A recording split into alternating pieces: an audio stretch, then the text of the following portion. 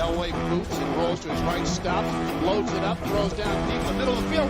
Brad Smith's got it. Here we go. 30, 20, 15, 10, 5. Brad Smith, Denver, touchdown. Inside the 10, head first. He flies out the 5-yard line. On the net first down. And I tell you what, if you want to tell me the 37-year-old man that's going to win this game. The Broncos have been in 3 overtime games this year. This time is in the left stick. Into the 30, to the 20, to the 10. And the pocket is good. Ball knocked out of his hands. It bounces around. And I think Denver's got it. Von Miller again. Wilson fires. Touchdown. Sutton. His second of the day.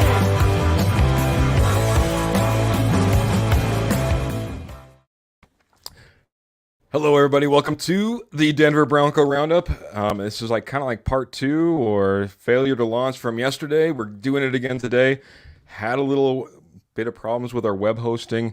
We use StreamYard. They're having some issues trying to get to Facebook. So we're going to do this all again. We got our giveaway this evening. We got to break down the Jets. We got to look ahead to the Jaguars. We got to welcome in Albert. Albert, welcome to the show, sir. I'm glad to be here again. 2 nights in a row. It's a treat for me. There you go, man. It should be a treat for everybody out there, right? Get a little extra Denver Broncos talk. I know when I'm not here on the show, what am I doing? I'm out there and I'm trying to gather all the information I possibly can, listening to everybody. It's just one more opportunity. You don't get Denver Bronco Roundup 2 nights in a row. If you happen to check it out last night, you get it again tonight. And you also get tonight, again, not only Albert, but we also have Mr. Jody Moncrief. Jody, welcome in. Thank you for joining us. Welcome, everyone. Welcome in, Jody. We went through a bunch of our chit chat and banter yesterday. We won't go through all of that. I don't think unless anything life changing has happened in the last 24 hours for you, gentlemen. Anything happened for you? Anything going on? Yeah, me neither. You know. Just another day in the life. It's time to move on to some Denver Broncos talk. Let's just talk about the Jets game, how we matched up there, how we didn't match up there. You know, what was good, what was bad. I'll let Albert kick it off. He's always Mr. Positive. I'll give the floor to him. Well, our defense was elite again. And no penalties from Memphis. No holding penalties or passing interference. That was great. I saw some positive things on the offense, but that was just in the first quarter, and then it was same old again. Hopefully maybe we'll have Russell Wilson back next Sunday. Who knows? Yeah, looks like things might be trending that way, whether you like it or not. We can get into that just a little bit as we kind of project towards the Jaguars. But yeah, fantastic game by the defense. It seems like we get that, week after week after week. But certainly the offense, once again, leaving much to be desired with only putting 9 points up on the board. That seems like one of our favorite numbers anymore. Jody, what did you see? What did you like? What didn't you like? Just talk about the game in general. The defense played well again. Kept this game close throughout the whole game. They've got a budding superstar in Baron Browning. I mean, that was definitely the right move, moving him to outside linebacker. Yeah. And they've got good pass rush in the middle. DJ Jones, Draymond Jones, Alex Singleton, a linebacker. He's a tackling machine. I mean, he's around the ball. What they do when Josie Jewell comes back is going to be interesting. Do they sit that is very Singleton? true. Do they sit Jonas Griffith? That's going to be interesting there. Have a nice rotation. And like Albert said, I thought Damari Mathis bounced back pretty well. No penalties. Didn't give up any big plays to the offense or the wide receivers. I mean, they're going up against a JV quarterback. I mean, you think Russell and Rippon played bad. Zach Wilson might take the cake for bad That's quarterback fair. play. I mean, they gave up one big run at the beginning of the game to Brees Hall. Other than that, I mean, they pretty much shut the run game down. I mean, this defense is doing everything you asked and more, besides scoring points. At least we scored 9 points with Rippon. The Bucks only had 3 with Tom Brady. So I think that's a positive. Yeah, it has been a little bit wild as we've seen some of these veteran quarterbacks start to have issues. Aaron Rodgers not off to a great start. Tom Brady's struggling. Obviously, we can talk about Russell Wilson, his struggles even before missing this game. All these veteran guys out there, that, well, heck, at one point we didn't even know what team they were going to be on in the offseason or if they were going to be playing. So, it's so far not a great experiment. Heard it on one of the other shows. Maybe Nathaniel Hackett should have just stayed with Aaron Rodgers, and that would have been better off for the both of them. What do you think about that, Jody? Do you think that would have been a recipe for success for Green Bay, or do you think it at least would have saved us from where we're at currently with our Broncos if we had brought in a different head coach? I think things would be different with a more experienced head coach, more experienced coaching staff. Well said. But I think that was the plan to begin with. Was Hackett was hired to get Aaron Rodgers here. When that didn't happen, Russell Wilson was playing whatever you want to call it, 1A, 1B, whatever. But I think we would have gotten the same results if Aaron was here or now with Russell Wilson. If the coaching and the scheming is not correct, it doesn't matter who is on the center if the play calling is not great. I mean, you're seeing it in Green Bay. Rodgers is not tearing it up right now. So I don't know that much would be different here in Denver. So I mean, they tied everything with Nathaniel Hackett to Aaron Rodgers.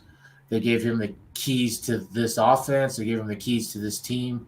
Not having anyone to put him in check when stuff goes bad, like right now, they have no one with experience that can call him out on mistakes that he's doing. So,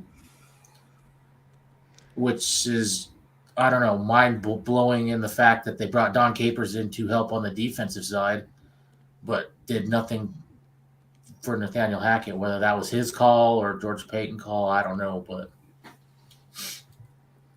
Yeah, it's interesting. Like I was going to say, and maybe I'll pose this over to Albert. Then you were saying there's no one to keep Nathaniel Hackett in check. Is this a failure on George Payton? Does George Payton need to be a little bit more in Nathaniel Hackett's ear? And furthermore, is this kind of a hot seat game that we have coming up for Nathaniel Hackett? I absolutely believe so. If we come back from London with a loss, I think the days for Hackett has been counted. We heard rumors that even the owners of the Broncos are really frustrated with it as well. Embarrassed is the word I think I heard. So if they are embarrassed and frustrated, guess what? They are the ones that create a paycheck for Hackett, and they can say, "Guy, you're done for the year." So that might happen. I am bittersweet about that. Here's the thing, because we have given him an opportunity, but only half a year, maybe. Yeah. And a lot of things can change in the next half year. But do I want to see the Broncos go even further down? No. Okay, I'll turn it back over to Jody. Do we continue to go further down, or do we go down a darker path without Nathaniel Hackett there? And the first part of my question is, what kind of win, or does a win in London, in your opinion, save his job? Because I can tell you, if we're talking about like a 9-7 win, I can't imagine that it does anything for his situation. So let me know, Jody, what's your thoughts on that? Yeah, I agree with that. I mean, if you win, it's got to be a this offense has got to show something. If you go out like you said and you win a 10-7 game, that does nothing. It just shows that the defense, balled out again and you got lucky or whatever. You've got to produce something with this offense. I mean, you're the low scoring offense and you have playmakers out there. Do you have the most experienced wide receivers or tight end and stuff? No, but you have enough playmakers on this team that 21 points should be minimum for this team right now. And if you were scoring 21, 3 touchdowns a game, you're probably looking at a 6-1, maybe 7-0 team. So you're absolutely right, man. We could even have Nathaniel Hackett talk about it if you want. Yeah, I'm sick of being up here saying the same thing over and over again. The opportunities are there, and at some point we got to take them. There's no excuses. We've been in every single game, and we got to win these games. As a team, as the offense, defense, everybody, we've been in these opportunities. We've had these opportunities. We've been in these situations, and it's frustrating being up here having to say the same thing because, like I said, those opportunities are there, and we got to make them.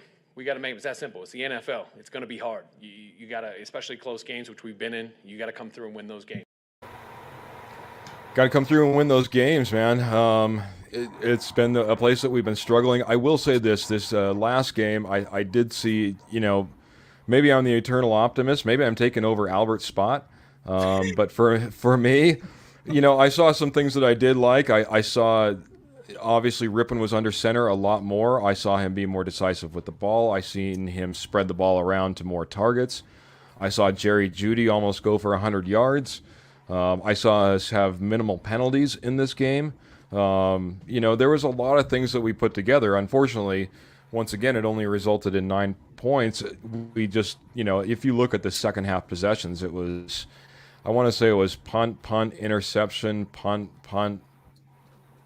turnover on downs, something to that effect. It was just, as we've seen from this Denver Broncos team, whether teams are adjusting to us or we're not able to adjust to them, or a combination of both, the second half has just been terrible. It's fallen off the map. Yeah, and part of it is the scheming of the plays. If you want to focus on running the ball, then you should be doing that and not having 26 throws and only 9 runs or something like that.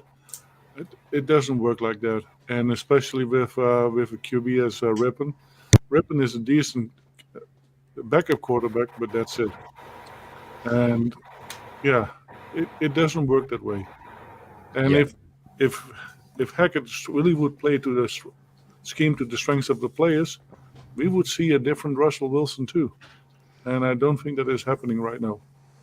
Yeah, it's going to be interesting exactly what we get if Russell Wilson takes the field, how healthy he is, whether he can run. Some of the schemes that I think started coming about, we started seeing some wide zone. Jody, I know that you've been waiting for that. Like I said, we started seeing a little bit of rollout, I guess a little bit more movement from the quarterback as well. But most of it was really quick out of the hands. And like I said, kind of some wide zone sprinkled in as far as the running game. Did you see any of that? Did that give you any hope, sir? I like the fact that they were under center more, but I didn't really see it produce very much. I mean, they did do some sweeps here and there, but I still seen a lot of runs right up the middle again. And after Hackett's play calling about we've been there, we've got to execute things that I point right to him.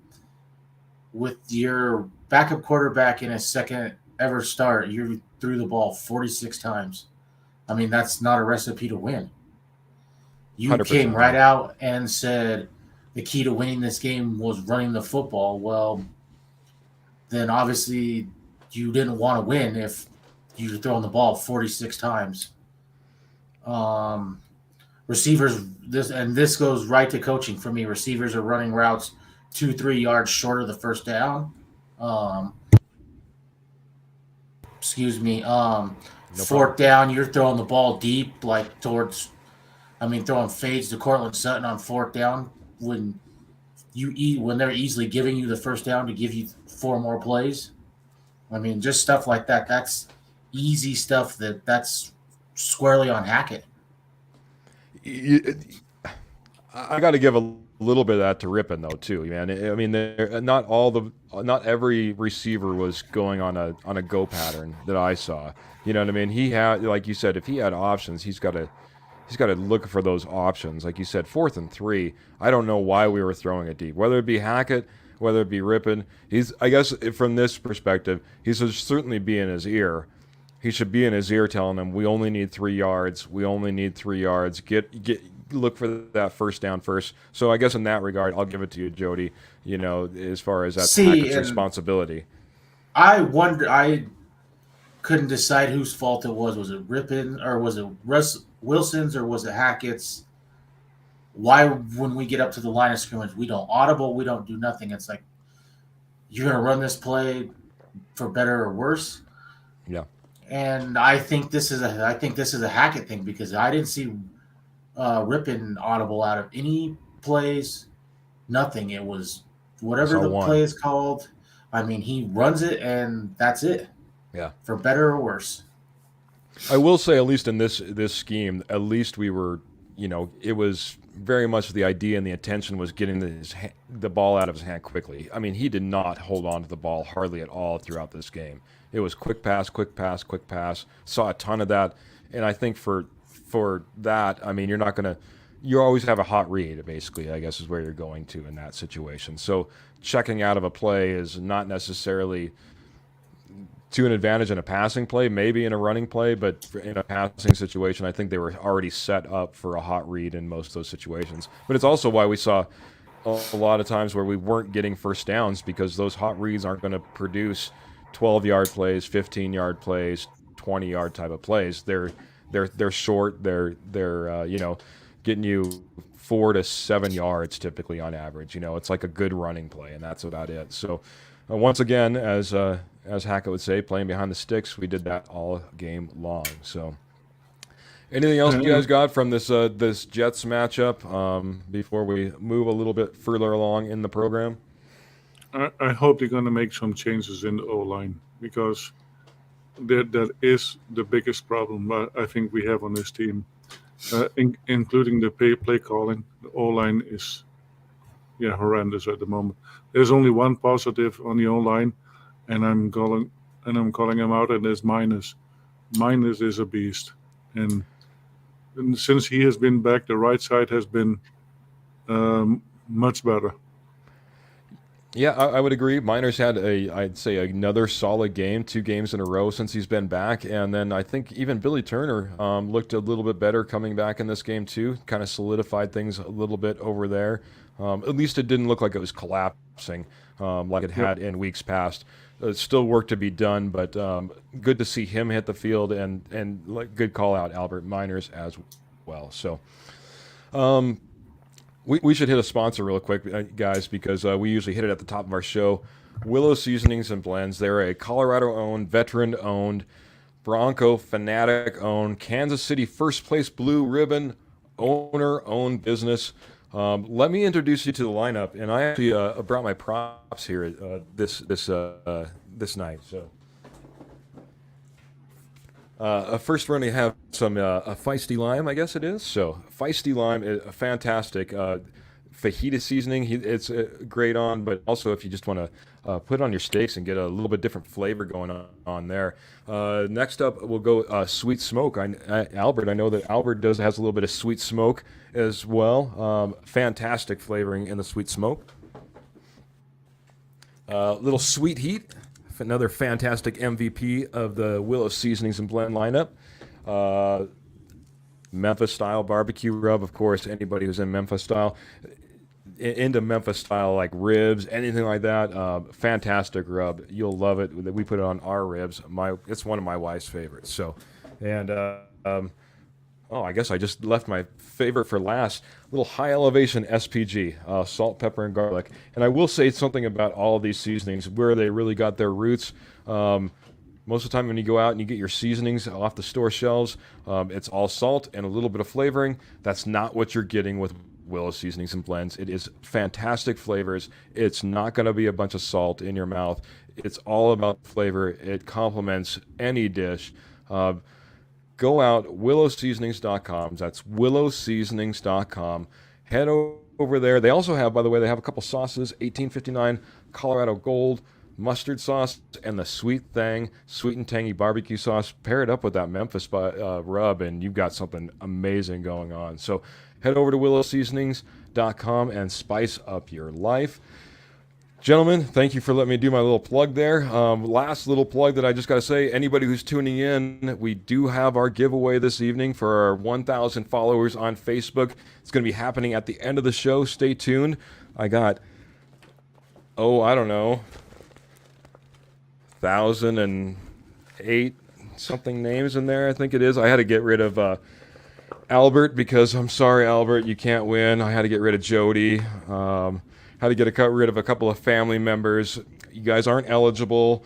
Had to get rid of Matt Staffiero because he works over at Rocky Mountain Sports Network as well. And, he's been talking a little bit in our chat room about some trades, and he's thinking Chubb to the Rams. Now, Chubb, the deal went down to where Philadelphia got their linebacker. So his prediction is Chubb to the Rams. There's a lot of trading pieces, guys, out there. You can talk about Chubb. You can talk about one of the other pieces. Who do you think's going? What's any predictions for you? Do you think Matt's a little crazy this evening? Do you think that the Rams go back to our outside linebacker 2 years in a row and pick up Chubb this year? I'm going to have Jody start this off. I do think Chubb will be traded, but I don't see the Rams because they don't have very many assets to trade. I mean, they've kind of got rid of them all, so we're going to get this year's seventh, we'll get next year's seventh, and then we'll get like a second and a third. No, I'm just kidding.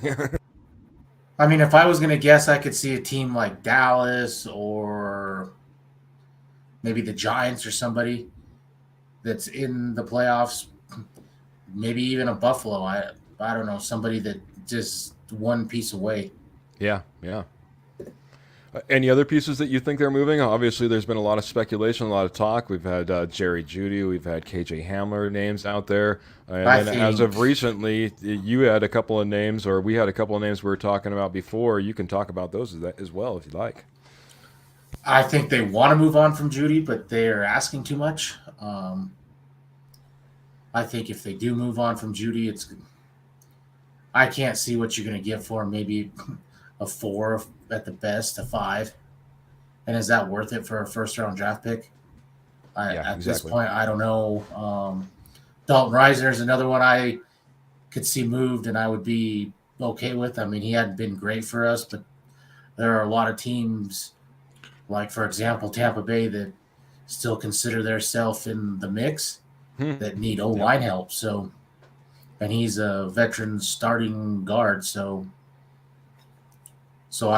other than that, I don't really see too many other pieces being moving. Traded. Maybe a K'Wan Williams, but I mean, you're thin at cornerback as it is. And if you do win Sunday, does that give you false hope to keep some of these guys? I don't know. Yeah. Good point. Albert, what is your thoughts on again, we're a 2-5 team right now, could end up being a 2-6 team. Unfortunately, when you get to this point in your season, you got to look at maybe offloading some assets and start building for the future. Are there any of our assets that are going to be no longer with this team in the next couple of weeks? I see Chubb being gone because we still have Randy Gregory, Browning. Don't forget Patrick. We have Aaron Patrick as well, even although he's on IR right now. So, Chubb is most likely. Reisner, I can see Reisner being gone. And especially if a team needy as the Bucks, because I think their O-line is even worse than ours. Is that even possible? apparently. Um, yeah, Judy. Yeah, I wouldn't be too sad about if Judy is gone. We haven't seen much production of him. Yet last Sunday he had one of the best Sundays. Uh, other than that, the one Raider game. So, and that gives some other um, wide receivers an opportunity to shine. Because right now, if Judy is there, the second ball will go to Judy instead Correct. of going to. So I don't see a big problem there. And with Chubb, yeah, we might get a second round, Hmm. but I'd rather see a third round coming because he has been injured for quite some time, and he only has now about 10, 12 games in a row. That is pretty decent from him. Yeah. Too good. It, I guess I could throw it to you. Is it better to just keep him and then let him walk at the end of the season and get that hopefully get the compensatory pick that's worth a third because you let him walk? What I would do is I would put a franchise tag on him if we keep him for the season. Put a Okay, very franchise good. tag on him and then keep him another year. And then if the season doesn't go well and he has proven that he is worth it, now you have value. That's a good call, man. Good call. Jody, I'm going to throw a little bit different question to you. Is there anybody that you would be upset that left, or anybody that you want to keep in order to continue to build this team that's possibly on the trading block? Kwan Williams, I think he's one of the top slot corners in the NFL. It's a position that you're very weak at right now, so he would be one. And then one that's a head scratcher to me is Albert O. Where he got in the doghouse, I don't know. You have a 6'5", 6'6" tight end that runs, 4.4 or 4.5. I mean, there's tons of other. There's guys on this roster. Greg Dulcich, he doesn't block, and what got him in the doghouse? There's more to it than he doesn't block that got him in the doghouse for whatever reason. I mean, an athletic tight end that can run like that and is big, and you just don't play him makes no sense to me because when Greg Dulcich is out on the field, they're not running the ball. So, what's the difference? Yeah, you definitely saw this in this game plan, in this last Jets game plan. Like you said, not that great when in the game prior in any type of blocking scheme. So what do we do? Every time that he's out on the field in this game against the Jets, it was going to be a pass play. He was going out into a pass, into a pass play or whatever it happens to be. Anyway, That's the head scratcher for me because I mean those kind of physical traits don't just come along and a 6'6" that could 6'5", 6'6" guy that can run 4.5. I mean that doesn't come along every day, and you're gonna get rid of that because he can't block. yeah, yeah, it is. It is interesting that, like you said, maybe there is a more of a backstory to this because for a guy that was supposed to be such an intricate part of this team, this offense, it certainly didn't seem like he got much opportunity to go out there and show that. Especially when you talk about other guys, like you said, a great example obviously would be Melvin Gordon, who can continue to fumble and get named the starter for the next Right? game. How does So he not? How is he not in the doghouse for what is taking place? And I mean, Hackett comes right out right away. Hey, he's going to start for us. yeah, yeah. Like I said, in my opinion, I think it's all about who has his ear. Sometimes I think he's very well persuaded, is the best way to put it. And I think And if he, if think about a gentleman like Melvin Gordon, it's not like this gentleman is short on words or doesn't know what to say. Sometimes seems like he always has his ability to keep his mouth moving, usually in the most positive direction. Don't get me wrong; I'm not talking badly of him. But at the same time, he's a talker. I can't say that about Alberto, and maybe that's the difference between these two players in the playing time they're getting on the field. Albert, go ahead. yeah, remember the squeaky wheel does get the grease, and if you don't complain enough, you don't get it. And Jared Judy has been complaining, and KJ Hamler showed really frustration, and maybe that's what Alvaro needs to do. And be more vocal about it. Yeah, I remember back in training camp, Jerry Jeudy, there was talks about him struggling in training camp and the whole 9 yards. And then the next day he comes out and for warm-ups, guess who he's standing right next to? Standing right next to Russell Wilson. Him and Russell Wilson are talking all the time. Mm-hmm. He kept that spot for at least a week until Cortland Sutton went back to standing next to Russell Wilson. But that being said, maybe that, like you said, it's the squeaky wheel. It's the guy in your ear. It's all of a sudden you got Russell on your side saying we need to get this guy on the field, getting plays.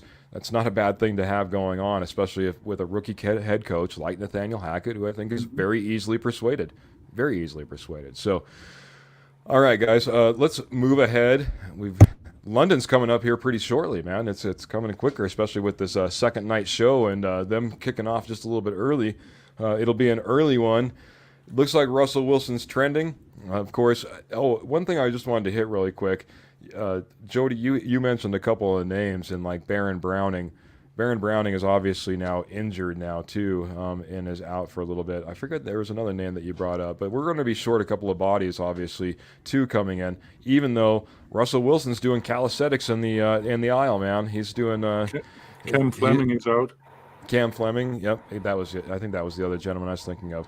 But like I said, we got Russell warming up on the plane the whole ride over. I'm sure all his teammates were loving that as they're trying to get a little bit of rest. But off to London we go, and it looks like he's trending. Jody, I'm gonna throw it to you first, man. Expectations into this game, man. It is a hot seat game. It is a must-win game. It is a game that, honestly, like we talked about, can't be a low-scoring game for Nathaniel Hackett. Are we going to see some wholesale changes? Are we going to see a different offense hit the field? Are we going to see somebody else possibly call plays? I know that the word is maybe not, but give me your feel on this game heading in. What are we going to see, man? I think if you see anything different, you might see Russ under center more. Other than that, I don't know that you're going to see a whole lot different. And I'm just going off of some of the stuff Hackett says in his press conferences that these plays are there. The players now just have to make plays. Well, that's him saying, I'm putting you in the right position. Just make the play, And I don't know that it's all that easy. And I don't know. Some of this might be a Wilson. Is he really ready to go healthy where he can get out of the pocket and get out from under center? Or is he going to have to be in shotgun with that hamstring? I don't know. So all right, I don't see a lot changing. Okay, to be honest. I'm gonna ask your opinion on this. I'm gonna ask Albert's opinion on this. I'm gonna ask all our viewers what their thoughts is on should Russell Wilson be starting this game. I mean, if he's healthy enough to play, sure, yeah. I mean, this is. Give me a percent. Give me a percentage of healthy enough. 85, 90. He needs to at least be 85 or 90%. Okay, very good. Very good. If he's 85, 90, he should take the field, in your opinion. But Denver put themselves in this position. I mean, you win a few games, then you have the luxury to sit in. You don't really have that luxury right now. And what does Hackett do? I mean, he's between a rock and a hard place. You don't play your starter thinking long-term when he can't really be thinking long-term because he's got to have this win. Yeah. And I was... So it's a tough spot for Hackett to... I mean, you know what, Wilson would have played last week if they'd have let him. So 100%. It's a tough position for Hackett because in one hand he's thinking long term with Wilson, but then in the other hand this is his Super Bowl. This is his career right here. I mean, he may not get another as bad as this season's way. He may not ever get another head coaching chance. It's going to be a long path if he doesn't make it here in Denver to get back to a head coaching position. I agree. Albert, your thoughts on it? Yeah, I'm calling this the D-Day for Hackett, the decision day for Hackett. And it is very fitting because in 1945 or 1944, whenever it was, the invasion started in London as well. So I think that is very fitting, D-Day. Um, yeah, play Russell if he is 90 to 85% healthy. I would play him. He can do it. He is tough. I think he is one of the toughest quarterbacks there is. I think the toughest one is now gone, Ben Roethlisberger. Hmm. But yeah, I would play him and see what Russell really can do and play to his strengths and not what Hackett wants to play. And I think that's where we will see a turnaround. So we're going to see a different offense hit the field, in your opinion. We're going to see something a little bit different. We're going to see the strengths of Russell Wilson play out on the field. And what does that look like, in your opinion, man? Yeah, Russell plays better if he's on the center, Okay. if he comes from center, and then let the play have its go. Um, I see similarities with him and Patrick Mahomes. Patrick Mahomes, when he is cooking, he gets the greatest plays. That is what happens with Russell too, and hopefully we will get to see that. We have seen it a couple times, and hopefully hopefully that will happen. I don't see it because Hackett is very strong-willed, and he wants to probably force his scheme. So, but I hope not. We got Kenny jumping in on the conversation. Appreciate it, Kenny, over at the K&K show. He says, absolutely not. Russ at 100% has been terrible all year. What the heck are you going to get with Russell at less than 100%? I'll say this, Kenny. I think, again, it has a lot to do with the scheme, the coaching, and things that we've seen in that regard. But I am on board in part with you on this. I want him to be 90% plus healthy. I don't think, as we've talked about, Russell being Russell works if he's not almost 100% healthy. We won't need him to be able to roll out. He needs to be able to run the ball at the field if he needs to. And when we're talking about a partially torn hamstring, I need him to be doing very, very, very well if he's going to be taking the field. If not, this is a $245 million investment, and you're giving that investment into the hands of a coach who you're saying may not be here next week. That's, in my opinion, it's not a good formula for success on either side. The long-term health of Russell Wilson, I don't know, even if we happen to turn around to 3-5, really what we're going to project out and be able to do, as far as make a playoff run. If we get lucky, we get lucky. If we start winning games with Brett Rippon this week, and then we go into the bye and Russell's healthy, that's what I'd like to see happen. My guess is he's not 90%, and I'm just a little bit concerned about him taking the field, pressing it too hard, especially for a coach who's playing for his job. But then I think we will see Hackett for the rest of the year, because if Rippon plays, then he can say, yeah, this is the result I got with a backup quarterback, and so then Rippon could be the scapegoat. Very true, man. You could. That's a great point. If all of a sudden Rippon's out there, it is the scapegoat. I had to play with a backup quarterback. You need to keep me around for another week. Or a couple weeks. Let me have Russell back and have him healthy. May delay the inevitable. But like I said, for me, I'm just hoping for the best. I'm hoping if Russell's playing, he can play up to the capacity that he could play. I'm hoping for, as I think we all are, guys. I think we're all hoping just for a Denver Broncos win, and in one that is, again, the one that's has some little bit of dominance in it. One that I'm waiting for this offense to show its identity. I don't know what this offense is yet. I don't know if we're a running team. I don't know if we're a passing team, even though we passed for 46 yards last week, or 46 pass attempts last week, because it's not like we had some outstanding passing, touchdowns all over the place type of offense. Schematically, it wasn't working even with the 46 attempts. So I'm waiting for this team to really find its rhythm, its groove. I want to see what it looks like. Maybe I'm just too used to those old Shanahan days where you knew when the offense was clicking. You could see what they were doing. In this offense, it never seems like anything's clicking. Doesn't seem like it's ever going in any particular direction.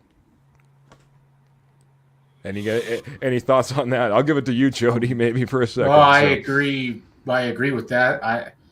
Hackett needs to pick a lane and go with it. I mean, like his play calling is just sometimes throwing darts at the wall. I mean, like we talked about last week. I mean, it's 3rd and 3, and you're throwing a fade pattern to Cortland Sutton in the end zone when they're giving you 3 yards. Yeah, keep the drive going. Pick a lane. If you're going to kick a 67-yard field goal in week 1 in Seattle, then easily you should be kicking a 58-yarder at home with Brandon McManus.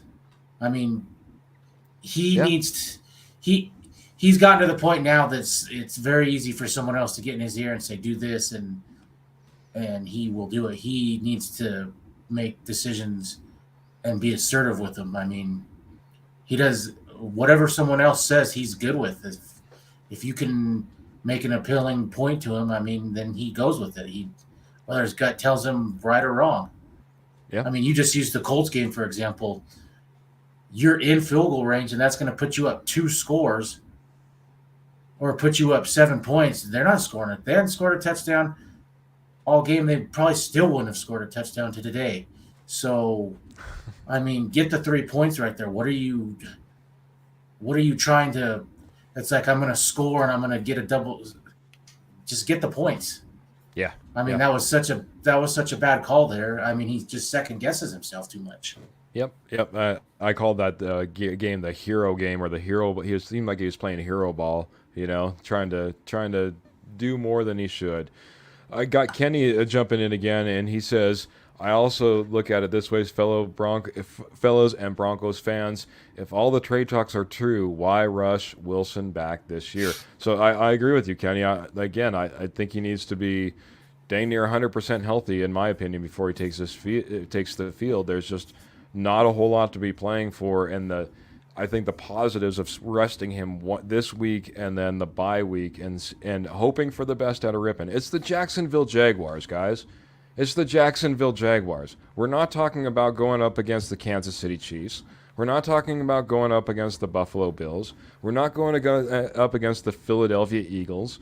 Again, this should be, in my opinion, a game that we should be able to go out, even with a backup quarterback, and remain competitive and have the possibility of getting that win. Hey, it's Nathaniel's opportunity to coach. He doesn't have to worry about Russell Wilson and what he thinks. He can go out there and coach and run this team to a win with Rippon and be better for the Broncos. That's where I'm standing. I'm with Kenny. Some of these trades, though, you've got pieces that are already there or coming back that are going to make it where you might not notice them. Trade a Chubb, Randy Gregory's coming back. You got Nick Benito in the wings. You got Jonathan Cooper still. Trade a Dalton Reisner. You've got Tom Compton. You've got Niadi Moody, who can step up and play. Trade Jerry Jeudy. See what these other wide receivers can do on this field, because Jerry Jeudy is not producing. So, I mean, when you trade, for example, trade Jeudy, you're almost forced to play Hamler more. And you've got other guys in the wings, Jalen Virgil, Brandon Johnson. Let's see what they can do. We've seen Kendall Hinton, we've seen Montel Washington, we've seen Tyreek Cleveland, and they're not producing. See if these other guys can do something. Yeah, but I'll go back to what you said, or we've all been saying. Do you think it's just hey, we just get a different wide receiver in there, and all of a sudden he starts producing, or is it this coaching staff, this coaching team? Albert, I'll let you have that. To me, it is the coaching staff and how they scheme it. And by the way, we also lost Boone for a couple of weeks. Oh yes, correct. Thank you. And Just keep coming. so, They just keep coming, man, and coming and coming and coming. So, so anyway, go ahead.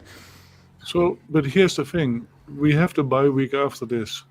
So if Russell plays, he has 14 days to calm down and get regenerated or whatever he does, and get some blood plasma and play Wolverine. So he has time to do that. So why not see what this offense can do with a Russell Wilson, and if they can change it around and play to the strengths of the players, or if it's Hackett really doing his own stuff again. And the Jaguars right now, what are they? 5-2. They're the same as us. We're 2-5. They're 2-5. Yep. Okay, so we are pretty much even then. So we are. It looks like we are going to underestimate them, and we're gonna run over by them. And Hackett is probably the coffin in his nail. Underestimating it again. Don't play to the strengths of the players, and do what he wants to do. And I think that's why Russell should be playing, because then there are no more excuses. They can say, okay, you had your chance. We are done with you, Hackett, and let's see what somebody else can cook up in the next 14 days, because now we have 14 days to get readjusted. Interesting point, man. You brought up a point that I did want to talk about. I remember it was a little bit in our agenda before. Last time I looked, the Jaguars are scheduled to, as far as the betting line, are 3-point favorites. I mean, they were going to beat us by 3 points or more. Hypothetically, you're going to put your paycheck on either the Broncos losing by 3 points or more, or obviously the Jaguars winning by 3 points or more. Which are you going with, Jody? Right now, probably the Jags winning by 3. I mean, 3 or more by the Jags? I really could see. I mean, that's 2 field goals. I mean, you could see a 6-0 game, really. I mean, Denver has proven nothing to score points. So, how hard? I mean, all it takes is 2 field goals and you're up 6. Really? Yeah. I mean, you don't even have to do anything, really, and you can get yourself in field goal range. Jody, you're killing me with the idea of all the terrible, terrible, terrible games we've had here. You're killing me that the possibility that we maybe don't even score a point, because that's something we haven't seen yet. At least we've been able to put some points somehow up on the board. It's been a long time since we've had a shutout. And I don't want to underestimate the Jaguars. I mean, Trevor Lawrence still has the potential to be a legit quarterback. Mm-hmm. They've got a legit running back in Travis Etienne. They've got receivers all over, and they have a Super Bowl winning head coach. So, I mean, they're going to figure this out. And when they're playing to their strengths, you watched them put it to the Chargers, whatever that was, week 2 or whatever. So, yep. I mean, they can put points up. So, I think Denver will be in this game because this defense is going to keep you in games. But, yep. I mean, if you give up 4 field goals, I mean, it's nothing. Like last week, I mean, they gave up 1 fluke touchdown and a couple field goals, and you can't score. So, yeah, no kidding. Until I see something different, I can't really go with, hey, we're gonna be able to outscore teams. Yeah, I don't want to. I'll just say it. I'll completely agree with you, Albert. What are your thoughts on this? By the way, Kenny says maybe it's just a push. By the way, over on the K&K Sports Network, they actually have some Wits and Wagers show. It's usually on Thursday nights as well. But that being said, as they would say, this is where you buy the half a point, so that you're not stuck at right on 3. Albert, where are you putting your money? Do you think the Broncos can be, within under 3 points? Can they, again, if it was a 17-19 game, you'd win if you put your money on the Broncos. If the I'm sorry, the Jaguars end up winning by more than 3, then that's for them. So, where are you putting your money? It depends on which offense we are getting. If we are getting enough Oh no, you don't get to offense, know what type of offense we get I before you put your bet in, buddy. I wish. no, that's so the defense will hold the Jacks on 12 points, 12 Okay. to 15 points maximum.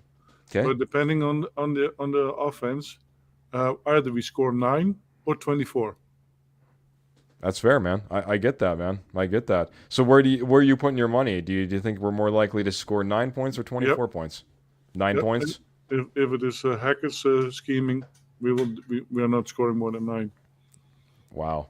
Maybe 10 if McManus takes the field goal too. if he can make that extra point, right? Hopefully we don't see a repeat then. I don't want to see another 9, man. We've had enough 9s already this season. We need to break out of that. Like I said, only one 20-point plus game. That was against the Raiders. Still waiting for that 30-point game. Like I said, I think the city of Denver would go crazy. Like the Avalanche just won the Stanley Cup if we put up a 30-point game. It would be pandemonium in the streets. So, I'm going to take a look real quick, guys, see if there's anything that we missed. Was there anything else that you wanted to hit regarding this game before we wrap up at least this portion, I guess you could say? It really depends on what Hackett is doing. Is he going to let the offense loose, and or is he keeping the reins on a short leash? And it is going his way. That is the biggest question. Kenny's coming in with he says low blow, but a fun fact, maybe how many times the Rockies scored 9 or more runs this past year in comparison to our 9 points that we've been doing. It's going to be a rough game, man. I think I think it could be the end of what we see for Nathaniel Hackett, especially as you pointed out, Albert. Russell Wilson playing puts him in prime position to be either a savior or a failure in this game. There was one comment was wondering. J.C. Weaver was saying, asking if we thought this would be his last cup of tea, and then do the Broncos even pay for his flight back home if we lose? I think it depends upon that loss. Maybe if it's a terrible one. JC, thanks for joining the show, JC. By the way, they already paid for the road trip. They already paid for the round trip. They sneak somebody else on the plane. Sorry, that seat's full. It's already been taken, sir. You're already on the plane. Like I said, I think we're a more stand-up organization than that. I know that has happened to coaches in the past, where they've been left to their own as they find their way back from a visitor's team. Not usually all the way over in London. That's quite a jaunt to leave a guy over in a foreign country and being like, oh, hey, I'm sorry, we're parting ways. It ends now. So, well, before we end now, let's hit just, if you don't mind, I know that you guys usually struggle with this, give me a final score prediction in this game. I'm going to start over with Jody. Give it to me, buddy. I'm not going to hold you to it. Somewhere like we seen last week, 15-16 for Jacksonville and 9-10 for Denver. All right. I mean, I want to give them the benefit of the doubt that they're going to break out at some point, but they've got to show it first before I can just go out there and say, hey, we're going to score 25, 30 points. Jody says I've been out on that limb too much, so I'm not walking out there again. Not until I know a little bit better. Until I know this branch is a little more sturdy, I'm not going out on that limb again. Fool me once, fool me twice. Albert, I'm not holding it to you, but we got 16 to 10 or 15 to 9, somewhere in that from Jody. What are you thinking? 12-9 for the Jags. 12-9 for the Jags. All field goals then? It's a field goal mania? Probably for the Broncos, yes. The Jacks might score a touchdown, but that's about it. Okay. Very good. Kenny One thing I'd Shaw- like to Oh, go ahead, man. Go ahead. Jump in. that you might see on from this defense is with Browning out and Gregory not back. How do Benito and Jonathan Cooper hold up on that other side of the D line? I mean, Good point, man. that's going to be, is that something that's going to be exposed all game, running the ball that way? I have faith in Benito pass rushing and stuff, but I don't know how well he can hold up on the edge. I think that's where you're going to see a lot more Jonathan Cooper, but they both have had limited roles there. So I think that could be one area that might get exposed on this defense. I can completely agree with you there. And the reason I say that is something I've been preaching about every single week, that we need to be able to, again, have time of possession. We need to have field position, but really time of possession. Nick Benito is, like you said, a fantastic pass rusher. Whether he can hold up in the run game, that's to be determined. And if this is a long game where the defense is consistently on the field and time of possession is in the favor of the Jaguars, and Nick Benito, who's a little bit smaller body, still trying to put that meat on his frame, is out there trying to hold that edge, I don't have a whole lot of faith. Once again, it could be one of those games, as you guys have spoke to, where it comes down to the wire. I don't know how many of these games we've been in where it seems like the last couple of possessions between the two teams is what's going to determine this game. Can we stop them on defense? Can we do anything on offense? Vice versa. It's going to be a close game. Kenny thinks it's going to be a super close game. He says 8-7 Broncos. Take that, man. Well, we got 2 field goals and a safety. I'm not really sure how we're getting there. Maybe we just go for the 2-point conversion and actually get it. That would be amazing. Maybe a touchdown in the red zone and a 2-point conversion. That would be fantastic. But he also says, with that, the Broncos win and Hackett gets fired. So with an 8-7 win, like as we were talking a little bit earlier, Kenny, that's the perfect type of score that we were talking about for a Broncos loss as well. I'm right there with you guys. I'm not going to go crazy. I'm not going to go out on a limb. The only thing I can say is it is a 2-5 Jaguars team. It is a 2-5 Broncos team. It feels like our team has more to play for in this game. No one's head is going to roll in Jacksonville at this point. That's just not the situation we're in. Maybe some players get traded, don't get me wrong, but I think from a coaching staff, heads aren't rolling. So I'm hoping the Broncos pull this one out. I'm going to say a 14-10 Broncos win.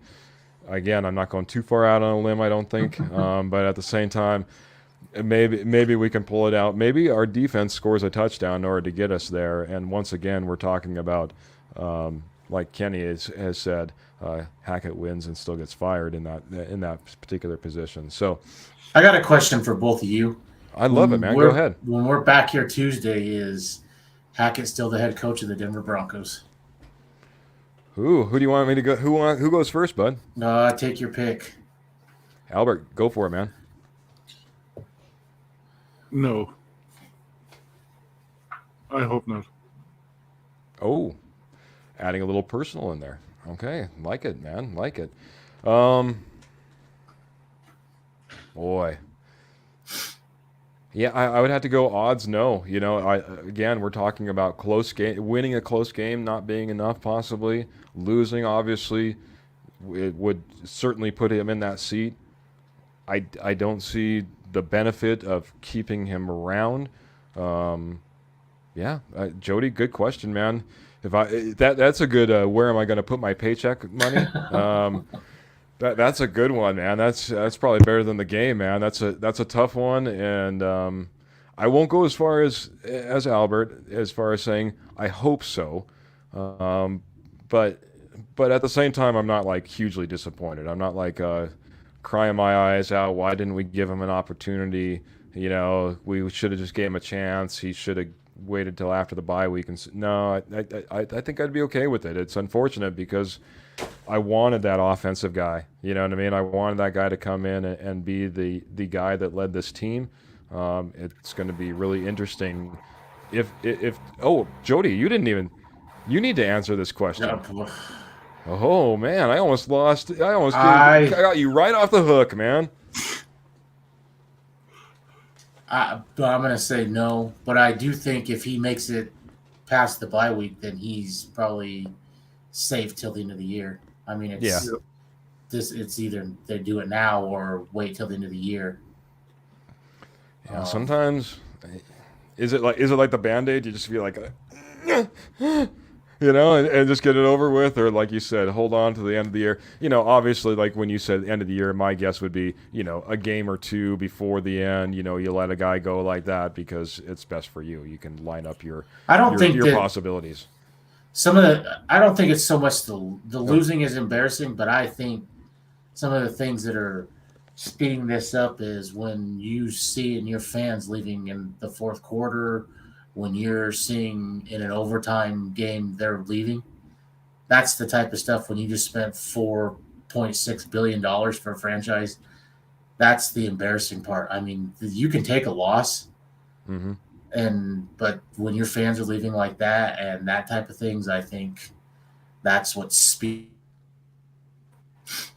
And it's not only embarrassing. No, you hit them also in the wallet, and I think that is because how many tickets are getting sold next game? Do you have a full stadium? Do you only have 70,000? Just imagine, if it is just $300 for average for a ticket, we're talking about $21 million plus. Yeah. Well, one of the thing is I think we sell out most of our games, right? It's just whether they actually attend, and and that's the problem. I mean, I remember going to games when Manning was here, and it was shoulder to shoulder. I mean, it was full. And you look at some of the games now, I mean, we're talking 15, 2,000, 2,500 people no-show. And I think that's actually being very, very nice as far as the numbers are concerned. I'll say this: I wasn't able to when I first sat down to watch the game live. Right, I had missed the first half. I had to catch up on that at a later time. So I'm watching just the second half, and it's about I want to say just a few minutes into the third quarter. Or I wouldn't say a few minutes because I knew it was long enough that everyone got back from the bathrooms, everyone got back from the beer stand. Maybe it was midway through the third quarter. And to look up in the stands and be able to see the Bronco logo that is embedded into the seats, you never saw that when Peyton Manning was around. It just, again, it speaks to where this fan base is and how they're supporting this team, and unfortunately, it's not in a great positive place. About it. We need a shot in the arm. For a family of four, I mean, you're 200 plus in tickets, food, parking, whether you Uber a couple beers or whatever. I mean, you're $400, $500, $600, and I mean, if you're going to still spend that kind of cash, I mean, you want to see. You don't necessarily a decent product. You want to see something good. A decent product on the field, and we haven't seen that. And I mean, there were some decent games in 2016, probably, but we haven't seen a decent product since 2015, really. So, I mean, it's overdue, that's man. where the frustration is in the fan base. Who's going to spend that kind of money to go watch 10-6 football games? And to hit both of your points, I think this is a good segue in between them. Albert, you were saying, who's going to go out there and buy these tickets, and that's why they're empty. And I said, well, a lot of these tickets are already sold. But to Jody's point, if I have that ticket in my hand for my family of four, and I still know that I need to go there and I got to pay the gas and the parking and the food, and maybe the weather's not that great, why am I? Why would I? I'll just I'll eat the ticket this time around rather than paying $300 to go out there and see a bad product. I got to say this because I do have a little bit of clip for Kenny. Kenny says, I will say this, I do think that Hackett had his best press conference after that Jets loss. So maybe that sparks things up. I think he's talking about this. We part. win and lose as a team. They all know that. That's part of it. We have to hold each other accountable. And those opportunities, like I said, I know it's kind of a broken record, but they're there. And we got to capitalize on them. It's that simple. And once we start doing that, I think we'll be able to see this thing turn around a little bit. But until then, it's going to be the same story. In a close game, and we have to find a way to win that damn thing. Sorry. And we need to find a way to win that damn thing. Sorry. Sorry. My only thing with that is boys. who holds Hackett accountable to some of the decisions that he's making. I mean, yeah, I agree, Jody. The one thing I will say, and if you want to speak on this more, feel free. But if you're starting to hear about owners being embarrassed, I guarantee that ownership's probably talking to the GM at this point. It's just the normal line of succession. It will start trickling down. I think you did, as Kenny kind of pointed out, I think you did see a different demeanor in Coach Hackett as he took that press conference. He's usually all smiley, kind of giddy, even in a loss. You know what I mean? He has this very positive aura about him. He did not come out with a very positive aura. He felt like he was pretty upset for the first time. And I don't blame him. I mean, you've put a bad product on the field, and I mean, you kind of rode with some decisions that were getting questions from the very beginning, how soft they went in OTA or in training camp, not playing anybody in preseason, stuff like that. And then you come out and play like this. I mean, and he had to have known there were massive expectations. I mean, would they have 4 of the first 6 games on prime time? I mean, yeah. And yeah. I mean, that even made it worse, I think, for the ownership group. I mean, this is on national TV. I mean, it was the only game going. Everyone was watching it, and it was embarrassing. Yeah, nowhere to hide, man. Nowhere to hide at all. Good point. I said, man, that was going to be a brutal run through this first stretch of like 5 games with all the prime time that we had. It's been amazing, and like I said, man, you win those, you feel great. You lose those, it hurts when you're on national TV. And now, as you said, that I think I was talking about that when schedule release came out. So now we have a whole new ownership group that's sitting there and going, this is what we have to look at. This is what happens here, man. So just ugly. Albert, go ahead, man. It seems like you got a little something for me. Yeah, so D-Day or Hay Day it is then the next Sunday. There you go, man. I was going to say, if we're going to do a bunch of puns, I was going to say with as many eggs as we're cooking, I hope that Russ knows, or as many eggs as we're laying, I hope that Russ knows how to cook breakfast, man. It's been pretty ugly out there. So he's got multiple chefs that can do it. So yeah, that's true. He's got his own chef team that will cook it all up. It's kind of like when you go to the omelet station, you know what I mean? It's like with all the eggs we're producing and his chefs, we're all set to go. So, all right, guys, I'm hoping for a Broncos win. I know that you guys are hoping for a Broncos win as well. I appreciate you being those guys that are realists though too. Even Albert, man, he's my eternal optimist. Even him coming in, just going out there and saying, I don't think we get it done this season, not this season, but this game over in London. He looks at it as a loss, and maybe that's since Albert was saying that he hopes the Hackett maybe is not around come next week. Maybe that just is some Freudian playing into it, hoping that a loss makes that happen. So. Kenny coming in and saying those eggs are over easy. Very good. I can tell you nothing's coming easy for us, that's for sure. Or Russell Wilson. No wins, nothing like that. So, all right, guys, I've held everybody off for long enough. Kenny, that includes you.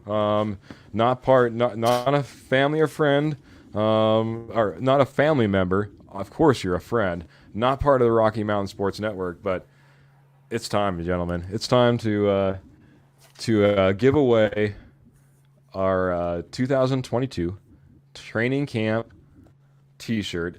Again, I got to say just really quick before we go, I really appreciate all the supports, all the comments, all the questions that we get, just everything that everyone does to make the Denver Bronco the amazing family that it is. A lot, this.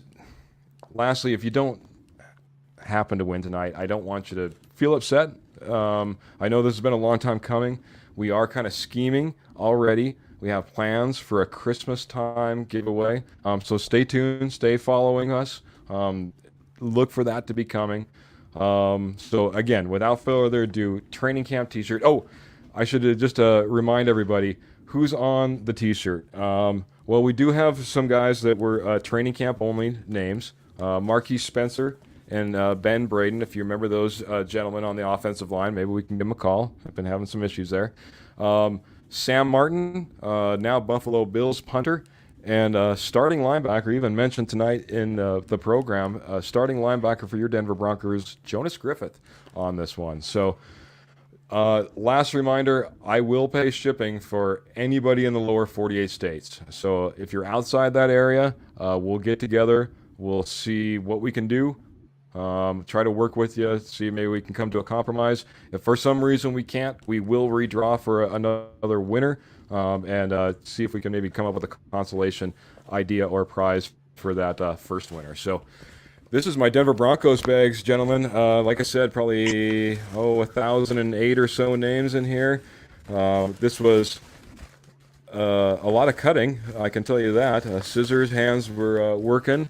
I also, the only way I could do it is I had to take every single person on Facebook that followed the page and I copied and pasted into a document. Unfortunately, that also meant that it brought their pictures over. So I had to delete 1,010 pictures before I could get to this document and then start cutting them all up. So lots of names in here. I appreciate, again, thank you all our followers, likers, subscribers. Thank you for all the shares that got us here as well. Obviously, if you guys weren't out there liking and sharing all our stuff, I got to give thank yous out to a lot of people too. Obviously, Albert and Jody, thank you guys every single night coming in here, being part of the show, being part of the Denver Bronco Roundup. Rocky Mountain Sports Network, all the gentlemen over there as well. Obviously, a big part of our show. I got to mention my wife and my family who support me as I'm up here and hey, by the way, thank you Albert's and Jody's families for sitting in the background as we go through all of this as well. Appreciate you. Here's a little drum roll. I appreciate it, man. All right, I probably missed some people, but thank you everybody who made this possible. We'll dig all the way around. This one over here, over there. All right. I got a name. Thank you, Albert. That was a fantastic drum roll, by the way. Almost lost all my other drawings. And in my luck, I need to use it again. So we have Cesar Martinez. Cesar Martinez, in his Facebook profile, he works at Apache Industrial Services Incorporated. So Cesar, congratulations. You are the winner of the training camp t-shirt. Woohoo! I wish I had like confetti that I could rain down and everything like that. But yeah, congratulations, Cesar. Really appreciate you being a liker, a follower, a subscriber. So Cesar Martinez, appreciate you, sir. So just so everybody knows. Congratulations. Congratulations. Thank you, everybody. A fantastic show. Again, if you weren't a winner, don't be sad. We'll have that Christmas giveaway. I'll be getting that all planned, schemed, and that idea coming out. Hopefully we have a fantastic Denver Broncos win, so me, Albert, and Jody can all jump on here and talk about that next week on the Denver Bronco Roundup. Any final thoughts before we get out of here, gentlemen? I'll give you a little bit if you want it. Go Broncos! Go Broncos! Hopefully we can get a W. Go get that W. Until next week, everybody. Thank you so much. Have a great night.